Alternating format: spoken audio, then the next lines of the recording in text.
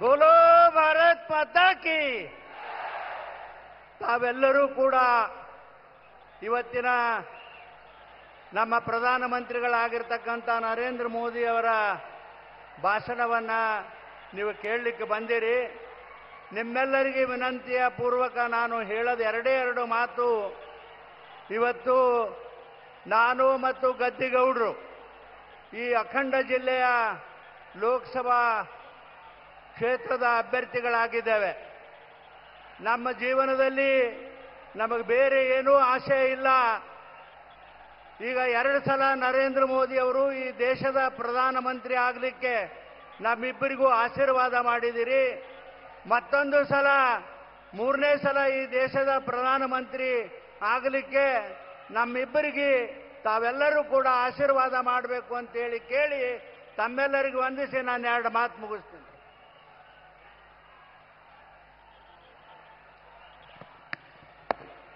नमस्कार, नमस्ते, a very pleasant morning to one and all. स्वागत कीजिए तालियों की गूंज से आदरणीय प्रधानमंत्री श्री नरेंद्र मोदी जी बागलकोट पधारे हैं. ಬಾಗಲಕೋಟೆಗೆ ಆಗಮಿಸಿದ ಸನ್ಮಾನ್ಯ ಪ್ರಧಾನಮಂತ್ರಿ ಶ್ರೀ ನರೇಂದ್ರ ಮೋದಿ ಅವರನ್ನು ಜೋರಾದ ಚಪ್ಪಾಳೆಯೊಂದಿಗೆ ಸ್ವಾಗತಿಸೋಣ. जिनके एक एक कदम राष्ट्र विकास की ओर तेजी से बढ़ रहा है, जिनसे हमारी आत्मविश्वास बढ़ा है, राष्ट्र और विश्व का विश्वास बढ़ा है, जिनके मानव कल्याण नीतियों से और वसुदैव कुटुंब का साकार होते हुए देखकर स्वागत है ऐसे यशस्वी प्रधानमंत्री जी का और विश्व नेता का. जगमेಚ್ಚಿದ ನಾಯಕ ನಮ್ಮ ಹೆಮ್ಮೆಯ ಪ್ರಧಾನಮಂತ್ರಿ ನರೇಂದ್ರ ಮೋದಿ ಅವರಿಗೆ ಜಯವಾಗಲಿ. अब की बार बोलो भारत माता की. धन्य है हम और धन्य है ये भूमि और जो आपके पावन चरण के स्पर्श हुए. आदरणीय प्रधानमंत्री जी, कोटि कोटि नमन बागलकोट और विजयपुर के जनता की ओर से. Respected Honorable Prime Minister ji, here is a hearty warm welcome to Bagalkot, the land of Sri Basveshwara, who founded the Anubhava Mantapa, which was the foundation for parliamentary democracy, and who believed in giving back to the society through Dasoha. And also the principle of Kayakave Kailasa, ardently followed by Your Highness. Thank you, Honorable Prime Minister ji, for spreading the principles of Sri Basveshwara worldwide. बहुत बहुत आभार. Honorable Prime Minister ji, the way your kind self makes sure that women get all the rights, are secure, respected and empowered is very much gratifying. Thank you, Honorable Prime Minister ji, for recognizing our strengths and pushing us forward with all the Mahila PM schemes which have benefited millions of them. बहुत बहुत आभार. आभार प्रकट करने के लिए मैं बुलाना चाहूंगी श्रीमती भाग्यश्री हंडी, श्रीमती अनीता सरोदे, श्रीमती महादेवी हडपद, श्रीमती शोभा टिकारे, श्रीमती अश्विनी पटन शेट्टी, श्रीमती चंदीबाई जाधव, श्रीमती स्वप्ना कनमुचनाल and श्रीमती सविता होसूर.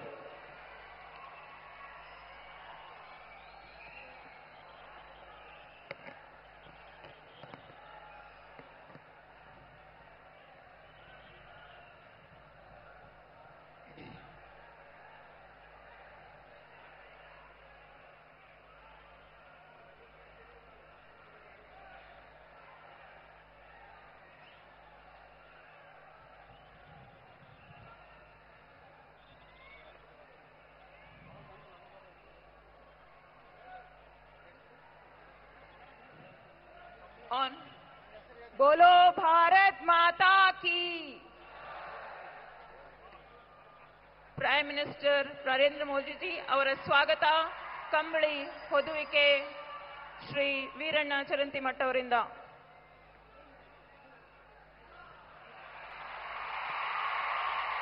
ಕಾಣಿಕೆ ಶ್ರೀ ಸನ್ಮಾನ ಶ್ರೀ ಶಾಂತಗೌಡ ಟಿ ಪಾಟೀಲ್, ಶ್ರೀ ಆರ್.ಎಸ್. ಪಾಟೀಲ್, ಶ್ರೀ ಪಿ.ಸಿ. ಗದ್ದಿಗೌಡರ್, ಶ್ರೀ ರಮೇಶ್ ಜಿಗಜಿಣಿ ಅವರಿಂದ ಪ್ರಧಾನಮಂತ್ರಿಗೆ ಆದರದ ಸ್ವಾಗತ ಸನ್ಮಾನ.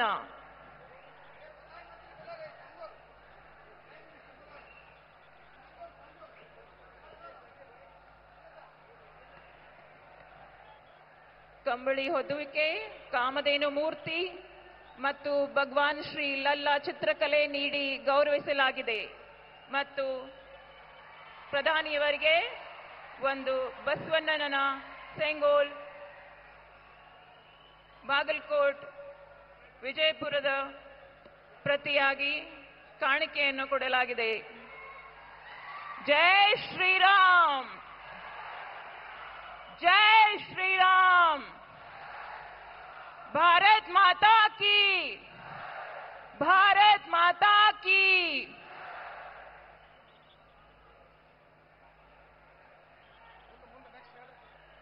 Honorable Prime Minister ji, thank you for the movement called Sabka Saath, Sabka Vikas, Sabka Vishwas, Sabka Prayas.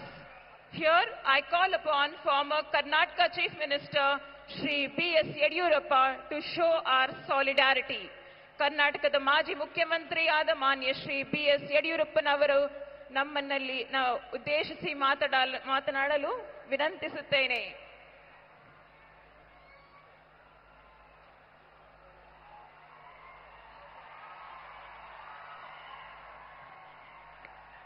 बोलो भारत माता की. ಎರಡು ಕೈ ಎತ್ತಿ ಹೇಳಬೇಕು. ಜೈ ಶ್ರೀರಾಮ್, ಜೈ ಶ್ರೀರಾಮ್. ಪ್ರಧಾನಿ ನರೇಂದ್ರ ಮೋದಿಜಿ ಅವರಿಗೆ ಭಾರತ್ ಮಾತಾ ಕಿ. ಇಡೀ ವಿಶ್ವವೇ ಮೆಚ್ಚಿರುವಂತ ನಮ್ಮ ನೆಚ್ಚಿನ ಪ್ರಧಾನಿ ನರೇಂದ್ರ ಮೋದಿಜಿಯವರು ಇವತ್ತಿಲ್ಲಿಗೆ ಬಂದು ಬಾಗಲಕೋಟೆಯ ನಮ್ಮ ಅಭ್ಯರ್ಥಿಯಾದಂಥ ಗದ್ದಿಗೌಡರ್ ಹಾಗೂ ಬಿಜಾಪುರದ ನಮ್ಮ ಅಭ್ಯರ್ಥಿಯಾದಂಥ ರಮೇಶ್ ಜಿಗಜಿಣಗಿ ಪರವಾಗಿ 7ನೇ ತಾರೀಕು ತಮ್ಮ ಮತವನ್ನು ಚಲಾವಣೆ ಮಾಡಿ ಇಬ್ಬರನ್ನ ಸುಮಾರು 2 ಲಕ್ಷಕ್ಕೂ ಹೆಚ್ಚಿನ ಅಂತರದಲ್ಲಿ ಗೆಲ್ಲಿಸಿಕೊಡಬೇಕು ಅಂತ ಕೇಳಕ್ಕಿಲ್ಲಿಗೆ ಬಂದಿದ್ದಾರೆ. ಯಡಿಯೂರಪ್ಪನವರೇ, ಗದ್ದಿಗೌಡ ರಮೇಶ್ ಜಿಗಜಿಣಗಿ ಅವರನ್ನ 2 ಲಕ್ಷಕ್ಕೂ ಹೆಚ್ಚಿನ ಅಂತರದಲ್ಲಿ ಗೆಲ್ಲಿಸ್ತೇವೆ ಅನ್ನೋರೆಲ್ಲ ಕೈ ಎತ್ತಿ ನೋಡೋಣ ಒಂದ್ಸಾರಿ. ಬಂಧುಗಳೇ, ನಮಗೆಲ್ಲ ಗೊತ್ತಿದೆ, ಚುನಾವಣೆ 7ನೇ ತಾರೀಕು ನಡೀತಾ ಇದೆ.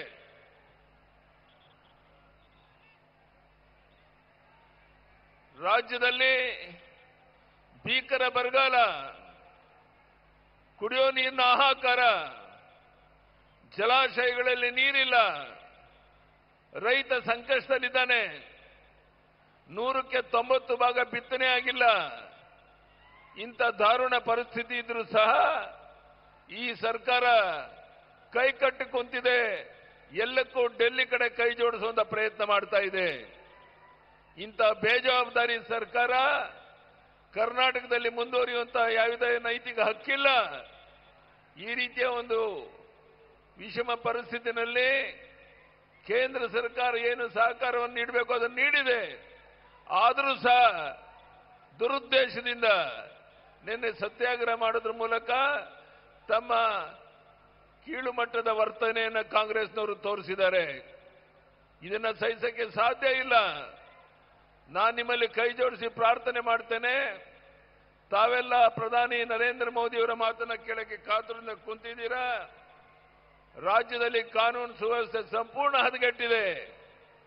ಈಗಾಗಲೇ 14 ಲೋಕಸಭಾ ಕ್ಷೇತ್ರದ ಚುನಾವಣೆ ಮುಗಿದಿದೆ. 7ನೇ ತಾರೀಕು ಉಳಿದ 14 ಲೋಕಸಭಾ ಕ್ಷೇತ್ರ ಚುನಾವಣೆ ನಡೆಯೋದಿದೆ. ನಾನು ಹೇಳ್ಬೋದಾ ಮೋದಿ ಅವರಿಗೆ 28ಕ್ಕೆ 28 ಲೋಕಸಭಾ ಕ್ಷೇತ್ರ ಗೆಲ್ಲಿಸ್ಕೊಡ್ತೇವೆ ಅಂತ ಹೇಳ್ಬೋದು ಅನ್ನೋದೆಲ್ಲ ಕೈ ಎತ್ತಿ ನೋಡೋಣ ಒಂದ್ಸರಿ. ಆ ರೀತಿ ನೀವು ಮಾಡೋದ್ರಿಂದ ಪ್ರಧಾನಿ ನರೇಂದ್ರ ಮೋದಿ ಅವರ ಕೈಯನ್ನು ಬಲಪಡಿಸಂತಾಗುತ್ತೆ. ಇಡೀ ರಾಜ್ಯದಲ್ಲಿ ಎಲ್ಲಿ ಹೋದರೂ ಬಿಜೆಪಿಯ ಗಾಳಿ, ಮೋದಿಜಿಯವರ ಗಾಳಿ ಬೀರ್ತಾ ಇರೋದನ್ನು ನೀವೆಲ್ಲ ನೋಡ್ತಾ ಇದ್ದೀರಾ. ಇಂಥ ವಿಶೇಷವಾದ ಸಂದರ್ಭದಲ್ಲಿ ಈ ಉರಿ ಬಿಸಿಲಿನಲ್ಲಿ ಇಷ್ಟು ದೊಡ್ಡ ಸಂಖ್ಯೆಯಲ್ಲಿ ಸೇರಿರುವಂತ ನಮ್ಮೆಲ್ಲ ಅಣ್ಣ ತಮ್ಮಂದಿರಿಗೆ, ತಾಯಂದಿರಿಗೆ, ಮಾಧ್ಯಮದ ಸ್ನೇಹಿತರಿಗೆ ವಂದನೆ, ಅಭಿನಂದನೆಯನ್ನು ಸಲ್ಲಿಸಿ ನನ್ನ ಮಾತನ್ನು ಮುಗಿಸ್ತೇನೆ. ಧನ್ಯವಾದಗಳು. ಭಾರತ್ ಮಾತಾ ಕಿ ಜೈ ಶ್ರೀರಾಮ್. ಎರಡು ಕೈ ಎತ್ತೇಳಿ ಜೈ ಶ್ರೀರಾಮ್. ಪ್ರಧಾನಿ ನರೇಂದ್ರ ಮೋದಿಜಿಯವರಿಗೆ ಭಾರತ್ ಮಾತಾ ಕಿ. ಧನ್ಯವಾದಗಳು. ನಮಸ್ಕಾರ.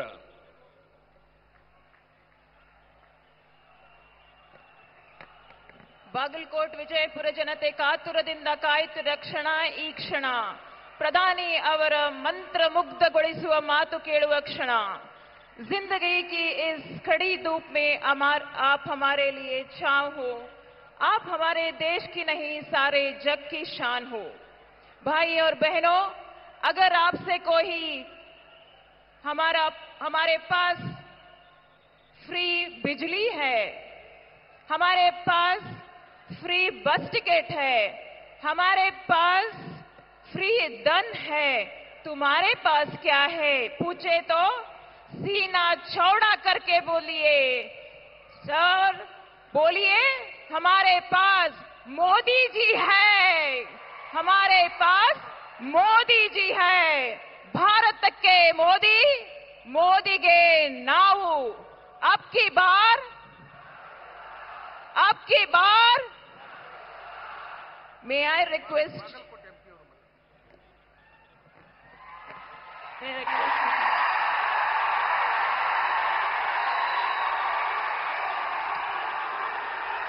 भारत माता की, भारत माता की, भारत माता की.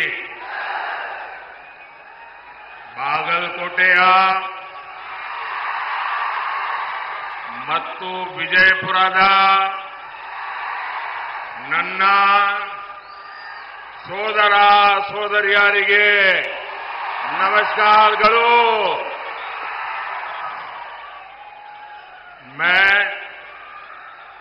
मां बनशंकरी को प्रणाम करता हूं.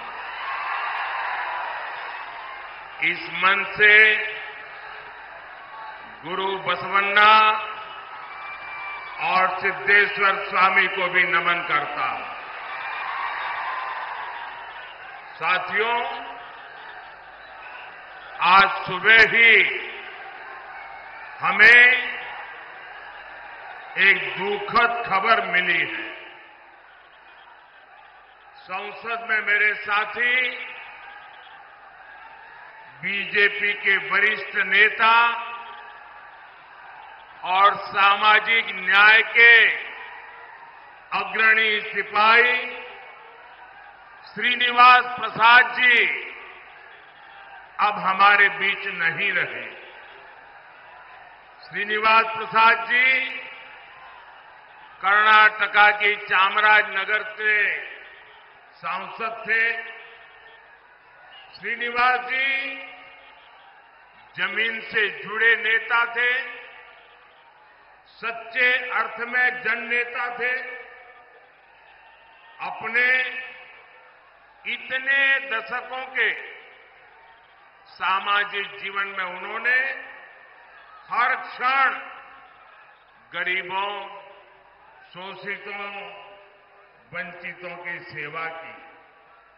उन्होंने केंद्र और राज्य सरकार में कई अहम मंत्रालयों को भी दायित्व संभाला था. दलित वर्ग के सामाजिक उत्थान के लिए उन्होंने जो प्रयास किए, उन्हें हमेशा याद किया जाएगा. ईश्वर उन्हें सद्गति दे, उनके परिवार और समर्थकों के साथ मेरी संवेदनाएं हैं। साथियों, 2024 का चुनाव भारत का भविष्य तय करेगा। ये चुनाव विकसित भारत के संकल्प का चुनाव है। ये चुनाव आत्मनिर्भर भारत की सिद्धि का चुनाव है। हमारा संकल्प है कि नेक्स्ट कुछ ईयर्स में, आने वाले कुछ सालों में भारत विश्व की टॉप 3 इकोनॉमी बने। आप मुझे बताइए कि भारत को दुनिया की तीसरी बड़ी आर्थिक शक्ति कौन बनाएगा? कौन बनाएगा? कौन बनाएगा? कौन बनाएगा? जी नहीं, आपका एक वोट बनाएगा। आपके वोट की ताकत है जो मोदी को मजबूती देगी और तब जाकर के देश दुनिया में टॉप 3 इकोनॉमी बन जाएगा। हमारा संकल्प है कि हम भारत को मैन्युफैक्चरिंग हब बनाएं, हम भारत को स्किल सेंटर बनाएंगे और ये संकल्प वैकेशन गुजारने वाले नहीं कर सकते पूरा। मौज मस्ती में जिंदगी गुजारने वाले ये काम पूरा नहीं कर सकते। इसके लिए तो विजन चाहिए और विजन के लिए जिंदगी चाहिए खपाने के लिए। जब विजन के लिए जीवन खपाते हैं और जब एक लक्ष्य को लेकर, एक संकल्प को लेकर 24/7 दिन रात काम करते हैं, तब जाकर के संकल्प सिद्ध होते हैं। और इसलिए मोदी का विजन भी क्लियर है और मोदी का जीवन भी 24/7 फॉर 2047। और इसलिए आज पूरा देश कह रहा है, फिर एक बार, फिर एक बार, फिर एक बार, फिर एक बार, फिर एक बार। जरा एसपीजी वाले ये बच्ची एक तस्वीर लेके आई है, कब से खड़ी रही है, उसकी तस्वीर ले लीजिए। बेटा please write down your name and address. मैं आपको चिट्ठी जरूर भेजूंगा। जरा उनसे एसपीजी के लोग फोटो ले लेना। आप हाथ नीचे करो बेटा, वो ले लेंगे। अब आओ, हाथ थक जाएगा आपका। हाँ।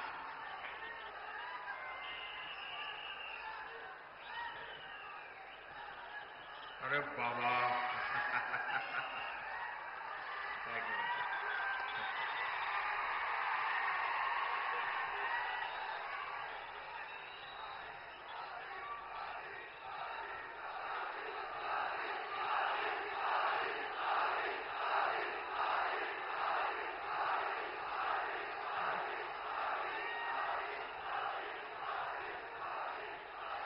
साथियों,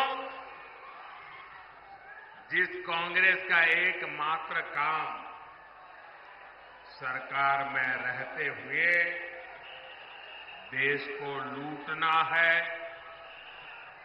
उसे क्या आप इतने बड़े देश की जिम्मेवारी दे सकते हैं?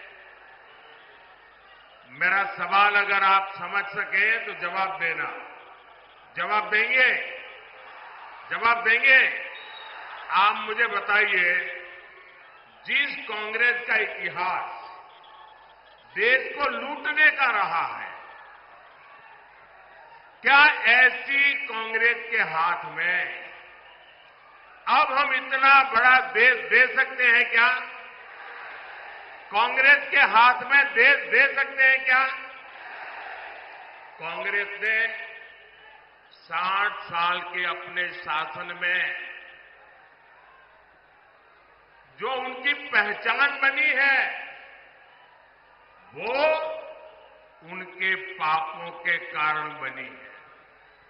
भाइयों और बहनों, कांग्रेस पार्टी ने यहां कर्नाटका को भी अपनी लूट का एटीएम बना दिया है। इतने कम समय में ही इन लोगों ने कर्नाटका का सरकारी खजाना खाली कर दिया। हालत ये हो गई है कि विधायकों को विकास के लिए मिलने वाली विधायक निधि का पैसा तक समय से नहीं मिल पा रहा है। और यहां के सरकारी कर्मचारी, मैं आपको अंदर की बात बताता हूं, क्योंकि भारत सरकार के पास इनकी अंदरूनी जानकारियां होती है, और मैं आपको चेतावनी चौंकाना चाहता हूं।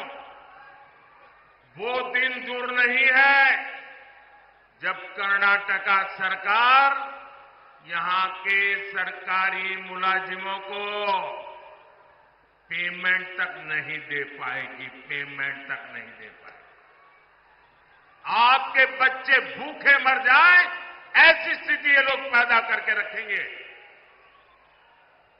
जनहित की ऐसी कोई योजना नहीं जो कांग्रेस के भ्रष्टाचार का शिकार न हुई।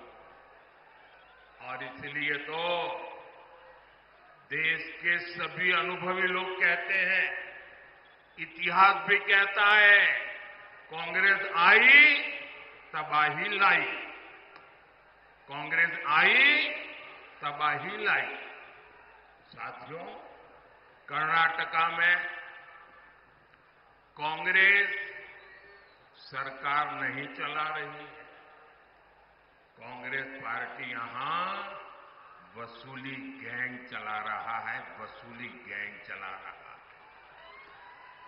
पूरी सरकार इसी प्लानिंग में लगी हुई है कि कहां से वसूली हो, खजाने में पैसा आए और उसको लूटकर अपनी तिजोरी भरें।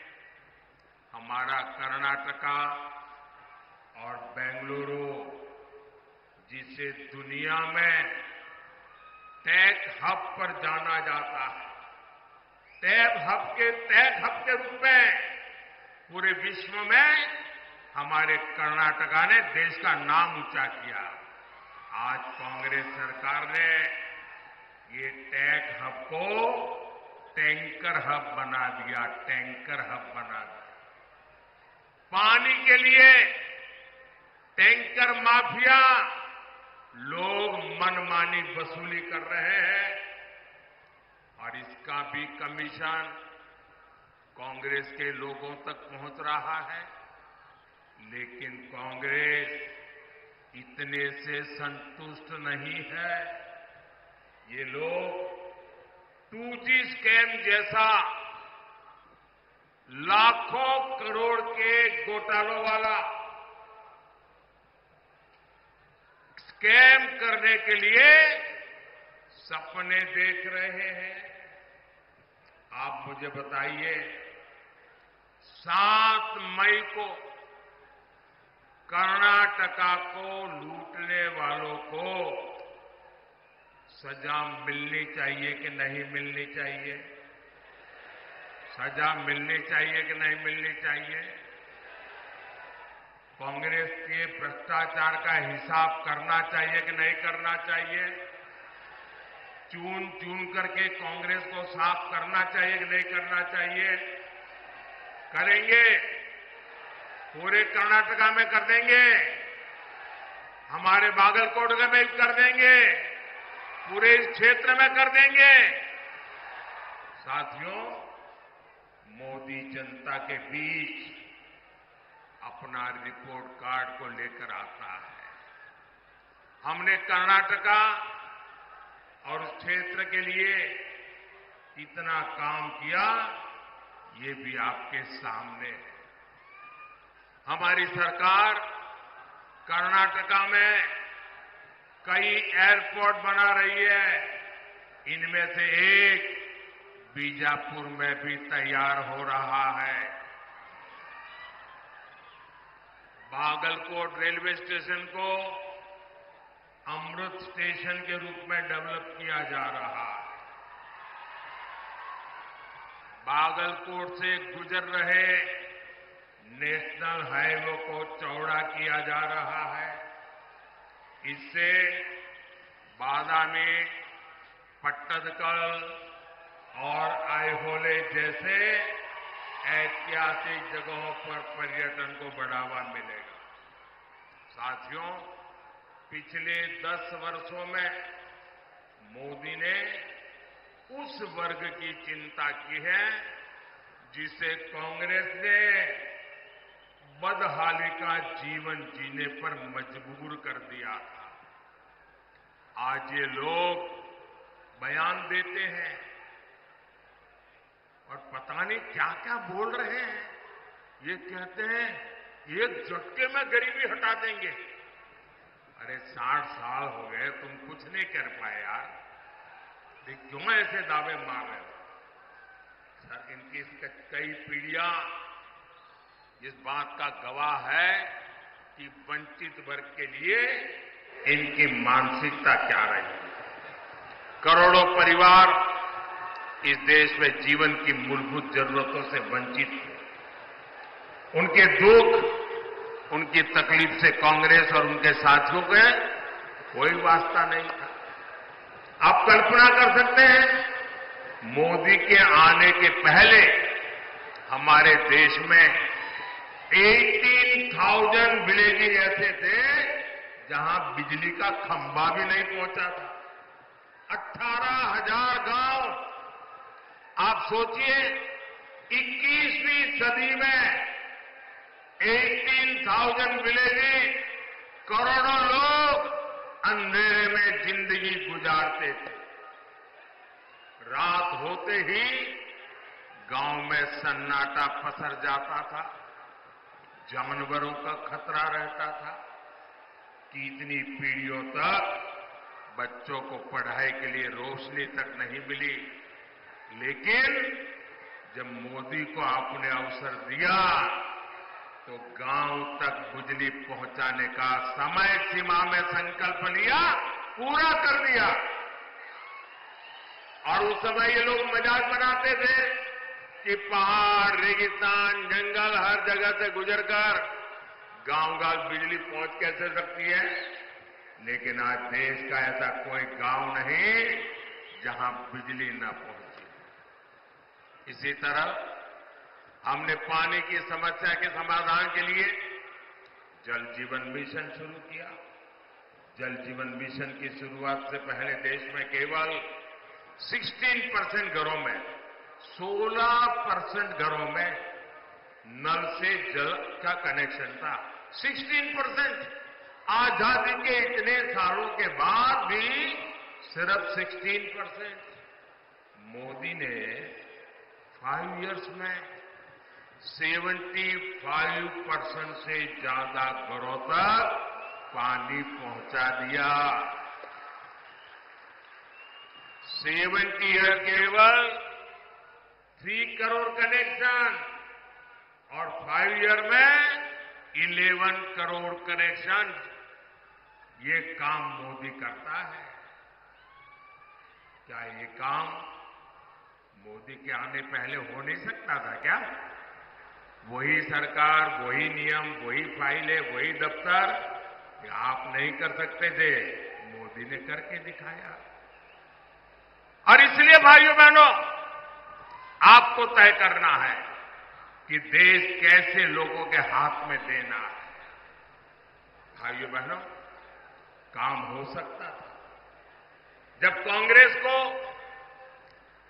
गरीब की, वंचित की रत्ती पर थोड़ी सी भी चिंता होती, लेकिन कांग्रेस को कभी गरीब की, वंचित की, दलित की, पिछड़ों की उनको परवाह ही नहीं थी। साथियों, कांग्रेस का यही रवैया हमारे बॉर्डर विलेजेस के लेकर रहा। सीमावर्ती गांवों को कांग्रेस सरकारें जानबूझकर विकास से वंचित रखती थी, वैसे अपनी रणनीति का हिस्सा बताते थे। यानी करोड़ों लोगों को कांग्रेस ने अपनी राजनीति के तहत मदहली का जीवन जीने के लिए मजबूर कर रखा था। मोदी ने ये विकास विरोधी सोच बदली।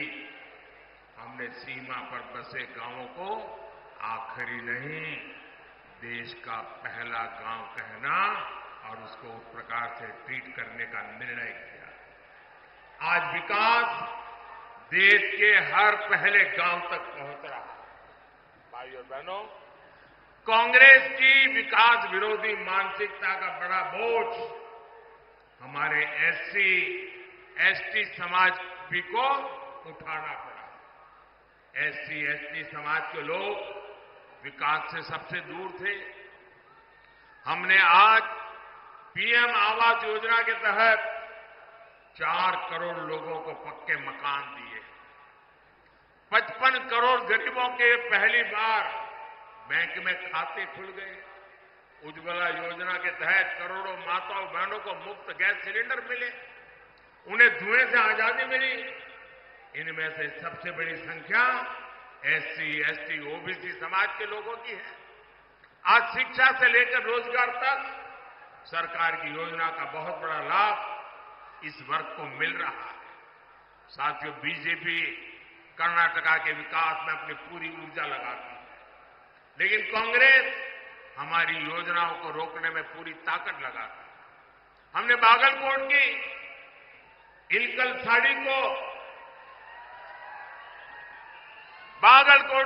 साड़ी उसको 1 डिस्ट्रिक्ट 1 प्रोडक्ट योजना में शामिल किया, ताकि यहां के बुनकरों को, जिन्हें आप नेकारा कहते हैं, उनकी इनकम बढ़े। लेकिन कांग्रेस हमारे बुनकर भाई बहनों की जरूरतों पर ध्यान नहीं दे रहे। साथियों, यहां भी मंच पर हमारे येदियुरप्पा जी भी है। उन्होंने किसानों के कल्याण के लिए अपना जीवन समर्पित कर दिया। किसानों का हित बीजेपी की प्राथमिकता रहा। हमने हाल ही में शुगर केन का मूल्य बढ़ाया है। इथेनॉल के जरिए हम गन्ना किसानों की इनकम बढ़ा रहे हैं। लेकिन कर्नाटका सरकार ने सिंचाई परियोजनाओं को रोककर पानी का संकट खड़ा करके किसानों को परेशानी में डाल दिया है। साथियों, मैं आप सबको कांग्रेस के एक और खतरनाक गेम के बारे में आगाह करना चाहता हूं। जब से यहां कांग्रेस की सरकार बनी है, तब से कैसी कैसी घटनाएं हो रही हैं, ये आप जरा चिंता का विषय है। उसको एक साथ जोड़ करके देखिए, उसको टुकड़ों में मत देखना। आप सोचिए भाइयों बहनों, हुबली में क्या हुआ, हमारी एक बेटी के साथ क्या हुआ।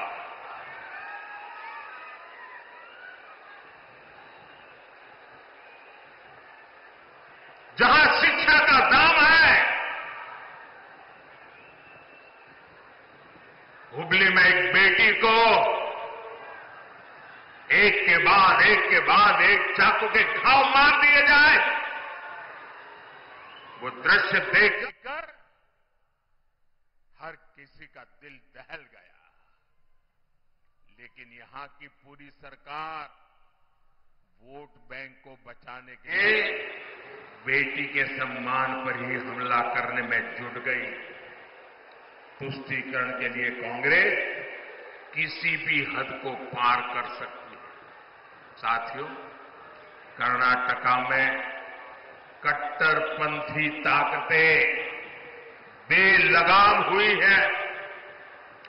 कोई दुकानदार अपनी दुकान के भीतर हनुमान चालीसा सुनता है तो उस पर हमला हो जाता है। राजधानी बेंगलुरु तक में दिन दहाड़े आतंकी हमला होता है, बम फूटता है और सरकार पहले क्या बोलती है?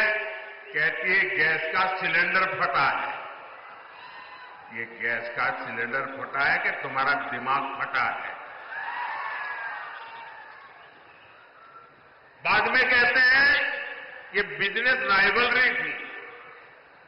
भाइयों बहनों, ये नॉर्मल क्राइम की घटनाएं नहीं है। ये आतंकवाद की, कट्टरतावाद की मानसिकता है और कांग्रेस सिर्फ वोट पाने के लिए इस मेंटालिटी को प्रोटेक्ट कर रही है, प्रमोट कर रही है। साथियों, कांग्रेस की वोट बैंक की राजनीति के चलते अब देश में एससी, एसटी के अधिकार भी सुरक्षित नहीं है। एक और बीजेपी सरकार ने कर्नाटका में तलवारा समुदाय को एसटी का दर्जा दिया था। कर्नाटका में 3 लाख से ज्यादा परिवारों को हक्कू पत्र दिए गए, लेकिन कर्नाटका में कांग्रेस ने संविधान बदलने, एससी, एसटी, ओबीसी का हक छीनने का अभियान शुरू किया है। हमारा संविधान धर्म के आधार पर रिजर्वेशन की बात नकारता है, नहीं स्वीकारता है, लेकिन कर्नाटका की सरकार ने ओबीसी रिजर्वेशन का हिस्सा मुस्लिमों को दे दिया है। ये इतने से भी नहीं मानेंगे, इन्होंने पहले भी अपने मैनिफेस्टो में धर्म के आधार पर रिजर्वेशन देने के लिए कानून बनाने की बात कही। इस बार भी इनके मैनिफेस्टो में ऐसे ही सिग्नल है और मैं देश के मेरे दलित भाई बहनों को, मेरे एसटी भाई बहनों को, मेरे ओबीसी भाई बहनों को, मैं आपको कांग्रेस के मंसूबों से चेतने की जरूरत समझिए। ये लोग धर्म के आधार पर अपने वोट बैंक को सुरक्षित रखने के लिए वो आपके अधिकार जो बाबा साहब आंबेडकर ने दिए हैं, जो भारत के संविधान ने दिए हैं, उस पर लूट चलाने की ताक में बैठे हैं। उनको लगता है कि आज पार्लियामेंट में सबसे ज्यादा एससी एमपी बीजेपी के हैं, सबसे ज्यादा एसटी एमपी बीजेपी के हैं, सबसे ज्यादा ओबीसी एमपी बीजेपी के हैं और इसलिए उनको लगता है अब एससी, एसटी, ओबीसी तो बीजेपी का हो गया और अब माइनॉरिटी के ऊपर भरोसा करने के लिए एससी, एसटी, ओबीसी का लूटो, माइनॉरिटी को दे दो। क्या आप ये चलने देंगे? क्या ये स्वीकार करेंगे क्या? और मैं मेरे दलित भाई बहनों को, मैं मेरे आदिवासी भाई बहनों को, मैं मेरे ओबीसी भाई बहनों को आज गारंटी देता हूं, मैं कांग्रेस के ऐसे किसी मंसूबों को सिद्ध नहीं होने दूंगा। आपके अधिकारों की रक्षा के लिए आपके आरक्षण की रक्षा के लिए मोदी किसी भी हद तक जाएगा, ये मैं आपको विश्वास दिलाता हूं। साथियों, आजकल एक और चिंता का विषय मैं आपके सामने रखना चाहता हूं। सोशल मीडिया का जमाना है, टेक्नोलॉजी का जमाना है और बहुत सी चीजें व्हाट्सएप पर, एक्स पर, सब पर आती रहती हैं और हम भी कभी देखे बिना फॉरवर्ड कर देते हैं।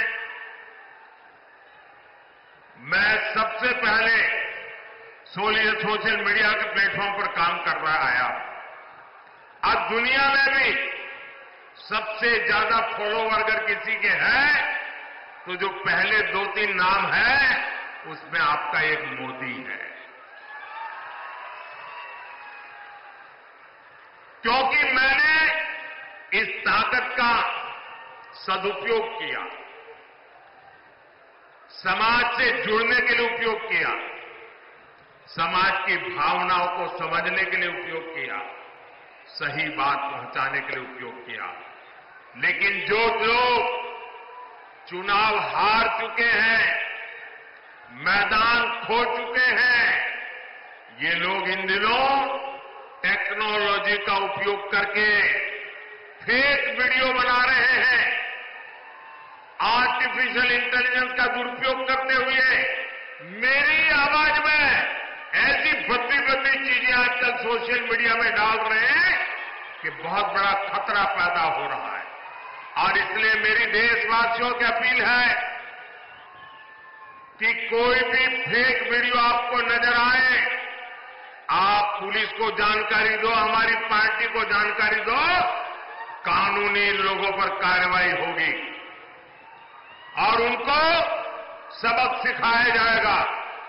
ये देश का कानून किसी के साथ भी प्रकार के खेल खेलने की इजाजत नहीं देता है। मध्य प्रदेश में चुनाव था, अमिताभ बच्चन की आवाज में उन्होंने ऐसी खबरें चलाई, आखिरकार अमिताभ बच्चन को एक FIR करना पड़ा, वो लोग सारे पकड़े गए। ये खेल बहुत बढ़ाया इन लोगों ने हताशा और निराशा में। और इसलिए मेरे भाइयों बहनों, हमें जागरूक रहने की जरूरत है। ये कोई भी फेक चीज आए उस पर भरोसा मत करना। दूसरी एक बात,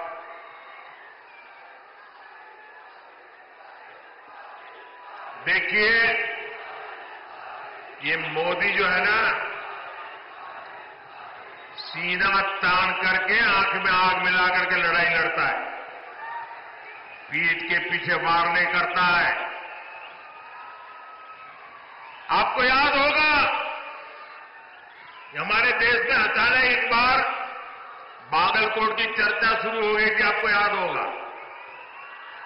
जब मैंने बालाकोट में एयर स्ट्राइक किया तो बहुत लोगों को समझ नहीं आया बालाकोट है कहां, तो बागलकोट को ही बालाकोट बांध करके यहां बम गिरे, यहां बम गिरे चलाया, आधा पौना घंटा ऐसे ही चला। भाइयों बहनों, मैंने बालाकोट पर एयर स्ट्राइक किया, चोरी छुपे के नहीं किया, एयर स्ट्राइक कर करके प्रेस कॉन्फ्रेंस करके बताया कि आज हमने ऐसा ऐसा किया है और दुश्मन का इतना इतना नुकसान किया है। इतना ही नहीं, जब हमने एयर स्ट्राइक किया तो मैंने प्रेस को बुला के रखा था और फौज के लोगों को कहा था कि 11 बजे प्रेस को बताना है। लेकिन मैंने कहा कि उसके पहले मैं पाकिस्तान को टेलीफोन करके सूचना दूंगा कि आज हमने रात को एयर स्ट्राइक की है, तुम्हारे इतने लोगों को मारा, इतनी तबाही की है, उसको बता दूंगा, छुपाऊंगा नहीं। लेकिन पाकिस्तान वाले टेलीफोन पर ही नहीं आते थे, तो मैंने कहा इंतजार करो, हमारे फौज का लोग इंतजार करते थे। करीब 12 बजे बात हुई, उसके बाद मैंने दुनिया को बताया कि मैंने रात को एयर स्ट्राइक किया है और पाकिस्तान के छक्के छुड़वा दिए हैं। भाइयों बहनों, ये मोदी छुपाता नहीं है, न मोदी छिप करके वार करता है। जो भी करता है सामने से करता है, देश के लिए करता है। और आज भी जो लोग मेरे देश के निर्दोष नागरिकों को मारने की हरकत करेंगे, ये नया भारत है, घर में घुस करके मारेगा। साथियों, 7 मई को आपका वोट बैंक की राजनीति करने वालों को जवाब देगा। आपका वोट विकसित कर्नाटका, विकसित भारत की गारंटी बनेगा। मेरा अनुरोध है, बागलकोट से मेरे अनन्य साथी पीसी गड्डीगौड़ जी और बीजापुर से हमारे वरिष्ठ साथी रमेश जिनागी जी को विशाल बहुमत से विजयी बनाइए। आप यहां अपने परिवार में अपने परिचितों से कहिएगा कि मोदी जी आए थे, मोदी जी ने आपको प्रणाम कहा है, हर घर में मेरा प्रणाम पहुंचा देना। मेरे साथ बोलिए, भारत माता की, भारत माता की, भारत माता की। बहुत बहुत धन्यवाद।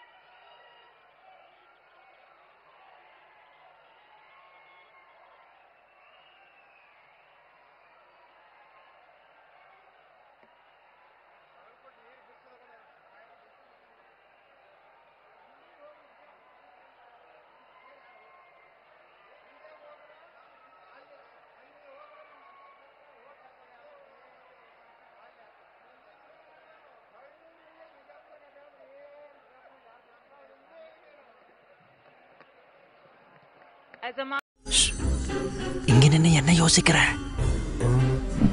எப்படி எடுக்கிறதுன்னு யோசிக்கிறேன். இப்படி எடுத்தா போச்சு.